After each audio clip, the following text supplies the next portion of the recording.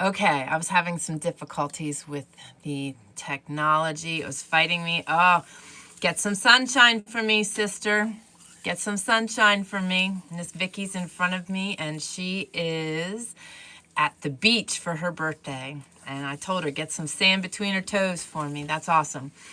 I have a great topic to dive into today. I had an encounter this weekend. Get in the chat. Let me know how you guys are doing in my Zoom and also on my YouTube. If you guys need prayer requests or have subject requests, I know Keith asked for he would like to have us talk about how people in the U.S. are making a living on their homesteads. So I'm going to cover that upcoming. I'm going to do that in a podcast. But keep your topic ideas coming if there's specific things you are interested in, and definitely your prayer requests. And if you are not a part of it, I'm going to say it as always, get in our community, faithledhealing.com/community. So I had an extremely amazing encounter. I always have amazing encounters. God is always showing up. And on Saturday, I was actually in a breathwork session where I was being breathed, and I was just getting a little self-care, a little self-love. And somebody posed a question, and I really want to do a deep dive on it. The question was, can you live every day out of a blissful place, regardless what's coming your way? Now, the consensus on that was no. You guys know me. I could not leave that alone.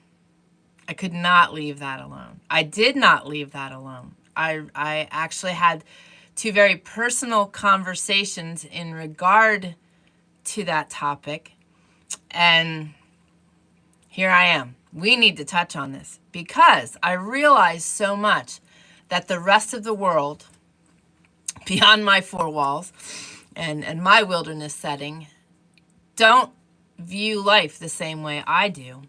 And I want to really hammer into this subject because right now, how many of you feel that you could live a blissful life every day, knowing the different circumstances you've already encountered through your life, or maybe going through right now?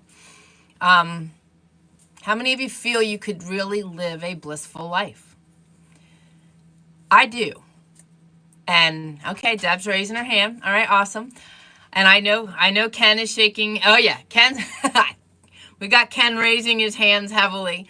The people at 7B probably think he's having convulsions at the moment. He's fine.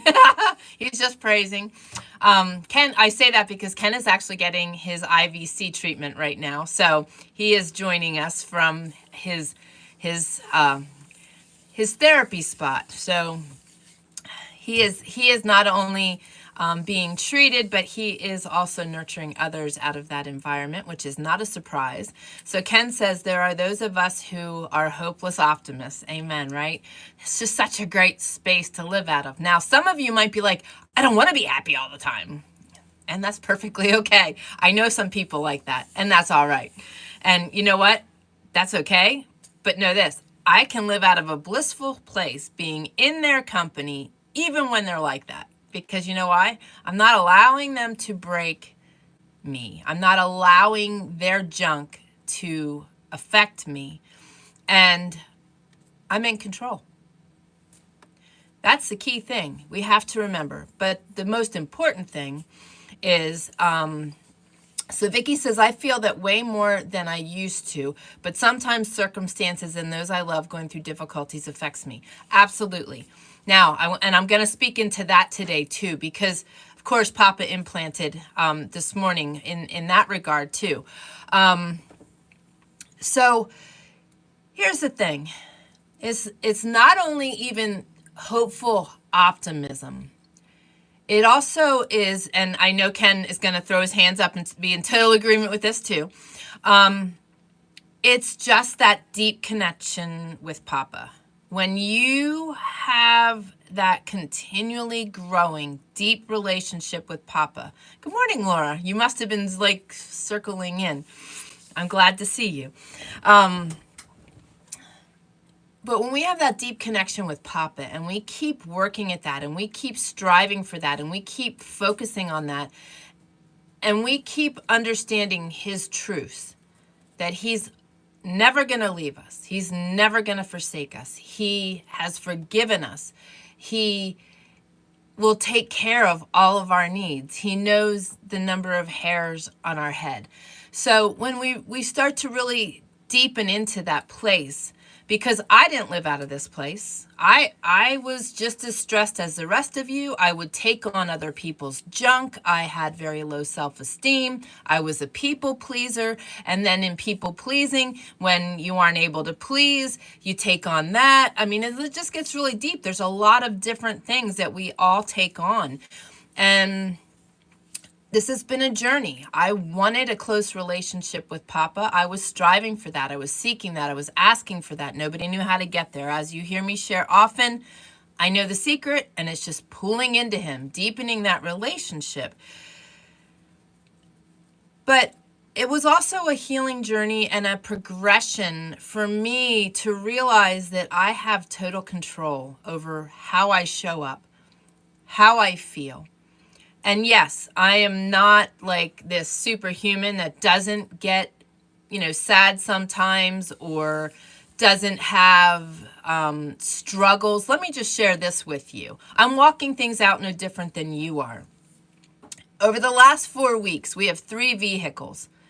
They have each been in the shop 3 times.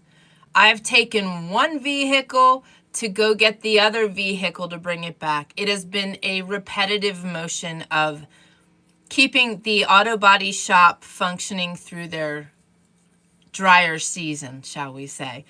So, we're supposed to bless people, right? So, and it's not our money, it's his money. So I said to the guy at the counter when I did the swap on Monday that, gotta bless somebody. I'm happy it's you guys. What are you gonna do? What are you going to do? And we've been in positions where we didn't have the funding to take care of the vehicles. So, that adds stress. We've all been through these ups and downs of life. There's always going to be ups and downs of life. But the connection with him is most important. The second thing is perspective. If we can't control it, we shouldn't be wasting our time on it. I just lost my train of thought. But if we can't control it, we shouldn't be keeping, paying a lot of our attention there. Yes, it's an issue, but what do we do with it when we can't control it? Pray about it. He hears our prayers. He will answer them. And we need to understand that we can guard and keep our happiness. And this is a great visualization and a great way to think about this. You've got a piece of plexiglass between you and a toxic or overreactive or upset, angry person, or maybe just a very negative person by nature. And you have that piece of plexiglass between the two of you. And they're spewing, and it's hitting the plexiglass and it's coming back to them because think about this. We always hear people saying, if you put it out there to the universe, it'll come back to you. Well, think about it in this regard. You've got a piece of plexiglass and you get what you put into the world. So imagine that piece of plexiglass there. If you're putting happiness out, you're deflecting happiness back to you. If you are deflecting negativity or putting negativity out, you're deflecting negativity back to yourself. But when you are 2 people and there's a piece of plexiglass in the middle and you envision that and they're spewing negativity and it's flinging back at them, you can stay in your happy place. And that visualization is extremely powerful. So how do you do that? Because I'm an empath, which means I take on other people's junk. And Vicky's raising her hand, yes. And I struggled with that because during my healing journey, it was like instantaneous flare when I was around somebody negative or somebody spewing. Like, it was just, my face would just go fire engine red. Like, my body just totally absorbed all of that stuff and all of that stress. And that bothered me because I wasn't trying to take it on, but my body was receiving it. So we got to tell our bodies a little different, and that's where we get our brain and our body connected. So having those visualizations are really powerful because that connects the brain with the body. And I'm a researcher and I'm a tester by trade. I'm a web designer and programmer by trade. I spent my whole life testing things, and this is no different. I tested this stuff out, and I kept trying to improve my situation, even though I may have had to be around people that I couldn't control how they were behaving. And it served me really, really well because I've gotten to this place where I can live out of a place of bliss all the time. Now, Vicki mentioned that she has, there's people that she loves that are having difficult times, and this is true for all of us, and our hearts are there for them, and we tend to take it on. So here's a really great way. The enemy is like trying to fight me here on this one. Really, he's like taking my thoughts left and right. So I'm going to get like really in tune here. Papa, fill me up. Enemy, I love this. This is a new line. I was blessed with this yesterday. Kiss my wind. That's exactly how I reacted yesterday when I heard that. I love that. I stole it right off the bat. I love that. And that's exactly what he can do, is do just that, is he can kiss my wind. Go away. Okay, so we've got loved ones that are having issues. Plexiglass is in the middle. Only this time, we're not watching them being irate and ignorant or whatever. We're watching them hurting. And or needing to share their junk. And this is where being an empath really comes into play. In that our hearts are there. And instead of taking it on in a woe is me way and a hurt and just like deep in the heart, like an arrow, you take it on with empathy and you listen to what they have to say and you hear them out, and you are just a neutral party listening to what is hurting them, and you allow them to just release. And you realize that that's just what they're doing. They're releasing. They're releasing their stuff. And I look at it this way too, because I have a lot of people that come to me to talk to me about life's ups and downs, not only my family.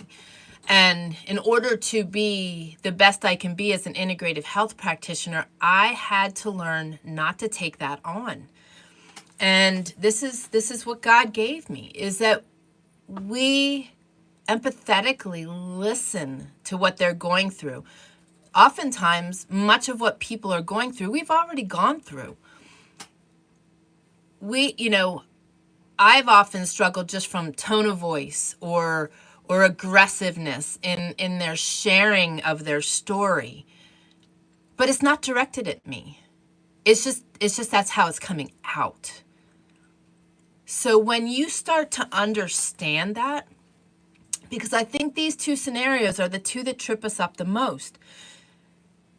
And the third is health, and we'll talk about that. Laura, help me, because the enemy's attacking hard today. I feel very coherent, but he's pulling my thoughts because he doesn't want me talking about this. So take me back to the health scenario on what we talked about yesterday. So when we're listening to people that are just in a hurting place, allow them to be hurt.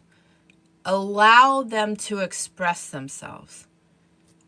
And even if you have to, because I used to feel my neck just like curling up into like this like slinky, tight slinky when people would start unraveling, and I don't want to be in that position. So what I started to do is just, while I'm breathing, that's another key thing, is let them share and just take nice breaths. You know, it's a beautiful thing. Our breath is built in, and we can, you know, regulate it without people realizing that we're doing it. So just breathe, listen, and just lift up prayers. Papa, protect me. If I'm supposed to speak, give me words. If I'm not supposed to speak, bind my lips. It's very simple. Maybe easier said than done initially. Just because we're used to needing to fix. Many of us are fixers, and that's both men and women. And sometimes we're not necessarily meant to fix. We're just supposed to listen. And when we learn that, that's helpful. The other thing is, somebody else's circumstances, unless we can like maybe contribute a little funding to their struggle, or we can make them a meal, or we can do something that we are capable of that would help them, that's great. But if there is nothing we can do in their circumstances whatsoever, we need to take that to God, put it at his feet, and leave it there. Now, if you struggle greatly with like anxiety and depression and let's just say, you know, well, let's just leave it there. So you deal with those two things, and you're always when you encounter something negative, it just takes you into that place. It used to do that for me. Maybe because I didn't feel I could help them. Maybe because I'm a lover, not a fighter. So, you know, those situations would always like have a tailspin for me, and I would be affected for multiple days just because, well, let's just say the enemy used that as a tool against me. And he does. But here's something else that could be the cause of this for you as well, is if you have problems regulating yourself and you have problems being able to get yourself out of places on your own. And trust me, I struggle with that too sometimes. And the power to that is getting other people praying with you and for you. It all goes back to God, and it all goes back to our prayer life. But there are other things that you need to be aware of. So in this situation of anxiety, depression, those types of things, and if that's a commonality, and that's what happens often for you, I want you to realize that toxicity and just toxicity is causing that issue for you. Because when we are over-toxified, it causes the body to do varying things that aren't normal. Releasing histamine is one of them. It also, when you get really, really toxified, it can cause your genes in your body to become renegades and start misbehaving. Some people have mutated genes. I think that we can rebalance our bodies. Just going to say that. And again, I'm not here to give you medical advice. I am not here to diagnose, cure, heal anything. I'm just sharing my knowledge with you. But when our bodies are over-toxified, I was so toxified that I almost lost my life. So I know all about toxicity. I know how it can affect the body. We need to understand that that can play a role. So if you are not healthy and well, there's a very good chance that there is a lot of toxicity in your body that is not helping you in this circumstance. Reach out to me. Get on my calendar for a free consult, faithledhealing.com/calendar. Now, the other thing that can play a role is past trauma. Past trauma can cause you to be triggered by events. I was triggered by a lot of different things. My childhood was really rough. Let's just say that I was picked on at school, but I was also picked on at home in a very deep way. And hence my low self-esteem, hence my need to live life in a place of fight. I had to constantly be protecting myself. So as an adult, I'm ready to protect myself when things get heated, when things get loud, so we've got to heal from things. And if I'm speaking to you in that regard, that can also be overcome. I'm really excited. I will be bringing a new course to you and a new book to you on how to overcome what we've had to walk through. But I'm going to give you some really big pointers today. If you struggle with stuff, hurts from the past that are really plaguing you, that just keep replaying, and keep in mind that's the enemy sitting on your shoulder. Tell him to go pound sand or to kiss your wind, flick him off your shoulder, and may be gone. I know, doesn't that make you laugh? I had tears. I had tears yesterday. That's like the best Christian cuss word, like that. That was just so funny. Anyway, and I get very vocal with the enemy when I know he's present. You just heard me. I tell him to leave. And that's what you need to do. When you hear that voice replaying old dirt, that's not God. And that's really not normal. It's not, it is normal in our world, but it shouldn't be. And we have control over that. We have control over that. So flick the enemy, get him gone, and write down all that junk. Write down all that junk that was just surfacing on a scrap piece of paper, on a junk mail envelope, and then either rip it up or burn it and get it gone. And then I want you to sit down and write 3 things you're grateful for. And I want you to focus on your wins. And I want you to keep repeating that process as that happens, because 2 things are going to happen. 1, the subconscious is going to start flicking him for you, and you don't have to worry about it. Not that he's not going to keep trying, so be in tune.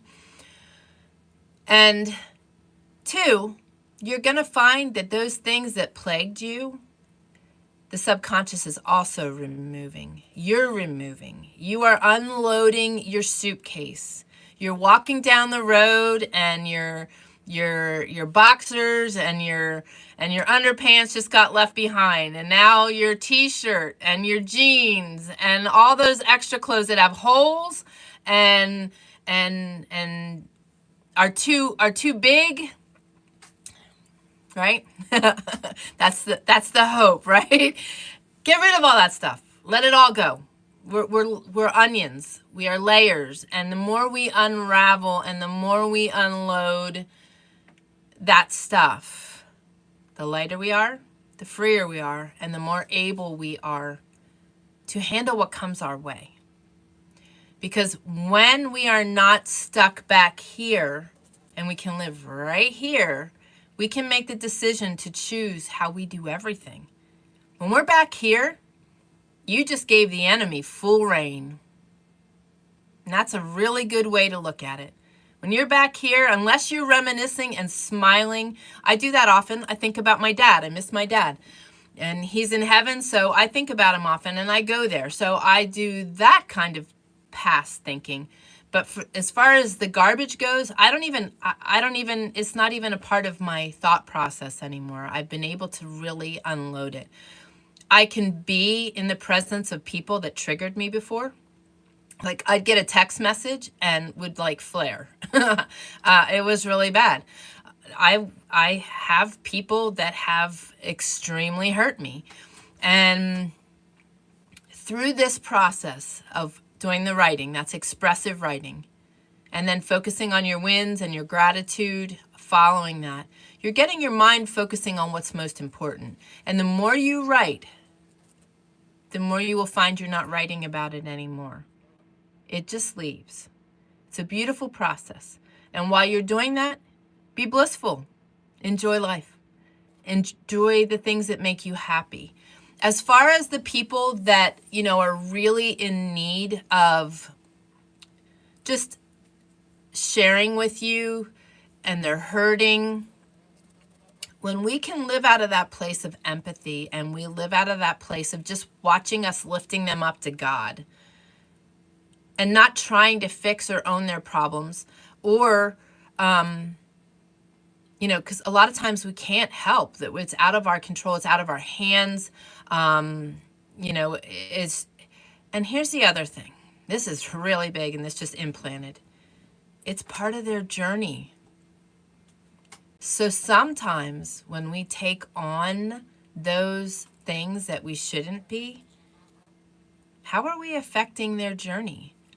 How are we affecting their opportunities for maturity and growth and relationship with Him? Because I don't know about you guys, but every day is an opportunity to grow in Christ. Every day. Whether it's being broken down and grown back up, whether it's being nurtured and just having so many blessings that you could possibly not live out of this blissful place. And it's also, being aware that sometimes in the mundane and in those seasons of rest, that's exactly what they are. Sometimes we get into a non-blissful place because we're just hanging out. We're unable to do the things that we want to do, maybe, or we're just, everything else is so active and all of a sudden we're in this quiet place. Most people don't know how to handle the quiet. My recommendation to you in that place is to be in tune with the fact that is the enemy trying to, put you in a weird place? But the other thing is, it's winter. Most people neglect to think about this, but what does a bear do during winter? He hibernates. He rests. Why? So he can be his happy self in spring. Why do we keep ourselves from resting? Rest is renewing. Rest is rejuvenating. And a lot of times that plays a role why we are possibly reactive or just taking on stuff. Because we are at such a clip that we're not giving ourselves that opportunity. Now, you heard me say where this all stemmed from. I did self-care and had breath work done for me. I've joined the lady who trained me on Saturday. I practice what I preach. I know my limits. I know when I need rest. My son popped in on Sunday while I was taking a nap in my compression swing, wrapped up in a really nice cuddly fleece blanket, and was in a very blissful place of rest. And I welcomed his visit because I was already haven't been there quite a while. I rest. I take that time. I also do things that nurture my soul, that make me happy. The sun is shining. You can be certain. I will be out either in muck boots because we have mud up to our knees, or I'll find a spot that still has a foot of snow. We've had nothing but rain. So these are the ways that you can help yourself. And I am going to jump off of YouTube right now. I appreciate you guys joining me. I'm going to go deeper in my special access. I would love to have you join me and go face to face, because these people right here are my hub. I love, not that you guys aren't, but I get to go face to face with these guys and I know them. They are family. And that's what I want from you guys too, is I like to get to know you guys. It's one-sided this way, So anyway, have an awesome rest of your day. I look forward to seeing you next week. Get ready. The Mountain Boy and I have some really good podcasts coming your way. And we have some really amazing guests coming to join us. And I've got a lot of informational blog posts coming to faithledhealing.com. So join me there. I love you guys. God bless.